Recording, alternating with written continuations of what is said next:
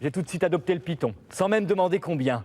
Le soir, à l'hôtel, il a rampé sur le lit et il m'a fait un gros câlin. Et je l'ai appelé comme ça.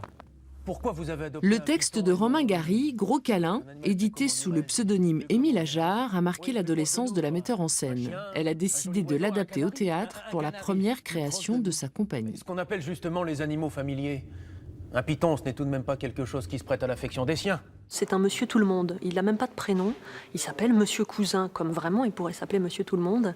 Et il se sent seul dans un monde contemporain qui ressemble tout à fait au nôtre. Et dans un milieu urbain, dans une grande ville, perdu dans une grande société, dans un anonymat qui, pour moi, renvoie beaucoup aujourd'hui à des angoisses qu'on peut avoir face à la mondialisation, au numérique. Et donc, on est des petits individus un peu perdus.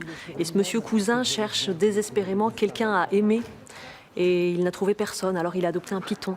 Et c'est ce python qui s'appelle Gros câlin. La tragédie grecque. Je me demande même parfois si j'ai pas des origines grecques.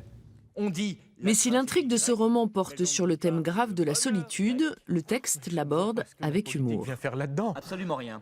Vous avez une façon de circuler très curieuse. Pardon, une façon de penser circulaire, je veux dire. Oui, ça fait des ronds, des anneaux, je sais. La première règle d'une démarche intellectuelle saine, c'est de coller à son sujet. On dit la tragédie grecque, mais on ne dit pas le bonheur grec. Mademoiselle Dreyfus... Alice Géron a créé sa compagnie il y a tout juste un an, mais elle reconnaît avoir bénéficié d'une grande chance puisqu'elle a pris la suite d'une compagnie qui existait déjà à Thouars, même si aujourd'hui le monde culturel s'interroge sur son avenir. La situation de la culture, elle n'est pas rassurante, mais comme n'est pas rassurante la situation de tous les services publics, que ce soit l'éducation, que ce soit la santé, que ce soit la culture, partout il est question d'investissement et de sens de société aussi. Nous, on n'est pas dans une crispation ou dans une inquiétude démesurée. On est à un endroit d'une grande chance qui nous permet de démarrer avec vraiment des outils exceptionnels pour une première création.